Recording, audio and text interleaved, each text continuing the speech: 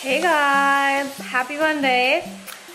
Steven and I are gonna go work out, and what are we doing? Shoulders? I don't know, shoulders and abs maybe. But I'm gonna eat my pre-workout meal here. I have about half a cup of blueberries and my usual rice cake with almond butter.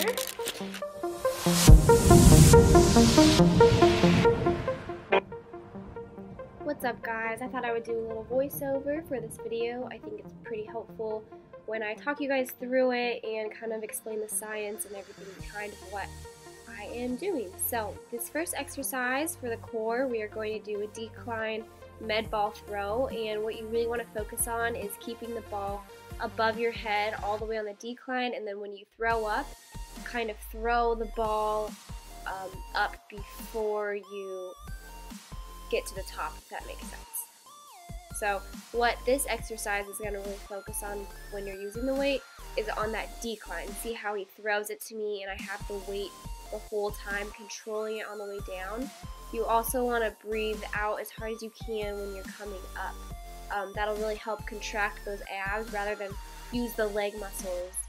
I think that's pretty helpful. Steve's a great model for this. He's very controlled. He swings less than I do in a lot of exercises, but yeah, so you can really see how he's doing it, keeping the ball above his head and really controlling that weight. I think we did 4 sets of 15 to 20 reps, and then the last 2 sets I went a little bit lighter on the weight. And be prepared, you will definitely be sore after these. This next exercise is like an oblique crunch. Steven does them differently to where he goes directly to the side of his ribs, but how I'm doing it, I'm kind of angling up towards that oblique, making sure that oblique crunches at the bottom and making sure that it's tight all the way through. I used a lighter weight, I think 20 to 30 pounds, for about 15 or 20 reps. And we also did this for 4 sets.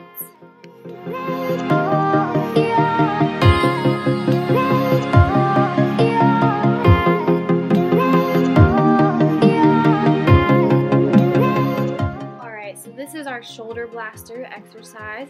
It goes through, I think, 3 or 4 exercises, and it definitely burns. So what you're first going to do is do a front plate raise seated, just to really target those shoulders. I kind of swung a lot, which is not the best, but you know, I'm trying to increase my weight as much as possible, and the next weight is 25 from 10. So that's what we have there. Now we have seated lateral raises. I really like to use a bend in my elbows unless I'm going really light. If I go really light, then it's okay to straighten that arm to the side, but I would rather not strain my shoulders too much and go heavier and kind of use that elbow as well. These are going to be a kind of rotator cuff press, so you're going to flip it up and then do a shoulder press. So these actually really burn. It's just a simple little tweak to your regular shoulder presses, but you can definitely tell the difference. These next ones, you want to go really light. I mean, I use 5 pounds and it absolutely burns. So you want to bring it up to a lateral and down. These are supposed to be really nice and controlled. Try to not swing it all, and do every single exercise for 10 reps, and I think we did this for 4 sets.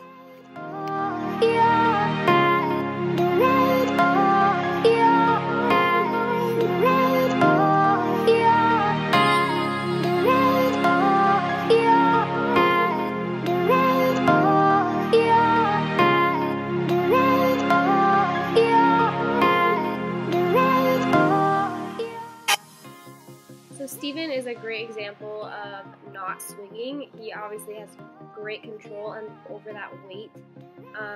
So I'm trying to get at that level, but using the 25, you know, I might have to decrease in weight, but I am trying to bulk up my shoulders, so I'm trying to increase my weight as much as I can. If that has some swinging involved, then I'm alright. So this is the same little circuit, the shoulder blaster, doing the shrug, and then the shoulder press.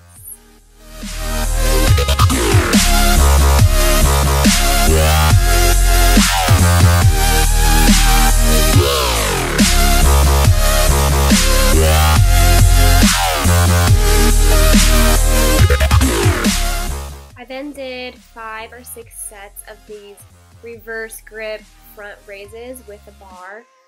At my gym we don't have straight bars, so I just go with the easy bar. Then I want to do barbell exercises. So I mean, I went 20 pounds, pretty light, and by the last few reps, I think I did 12 or 15. It was pretty hard to get it up there, so these definitely burned, and that is what we have there. Steven, this was another exercise we did. I did this as well, but we didn't video it. You're going to do unilateral presses, and then you're going to do bilateral presses. So this one really, really burns. You might want to decrease your weight a little bit. At least that's what I did, but I think we did these for 12 or 15 reps. And he is supersetting with those reverse grip front raises with a barbell.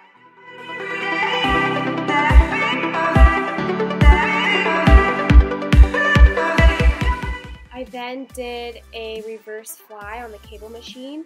I like to put the cables pretty high up there and then straighten my arms and squeeze through the upper scapulas, mainly the rear delts, as you see right there. I also like to flare my chest at the top and do a little arch, as well as kind of bend backwards at the top of my back. It's kind of hard to explain, which is why it's great to have this video for you guys, because this is a great shoulder burner for the rear delts.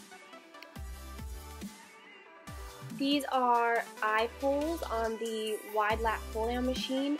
I have one foot on the bench, one foot on the ground, and then I'm arching backwards and then pulling up towards the top of my chest. So what I'm doing here is working the rear delts as well.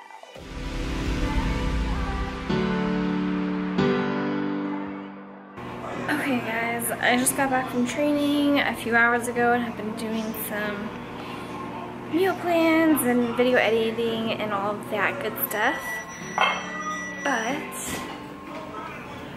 I always have my post-workout protein shake and then this supplement called Max. It's a fast digesting carb, which is perfect for post-training because it does spike your insulin, but that's what you want to replenish your glycogen. So I have it from NutriBio.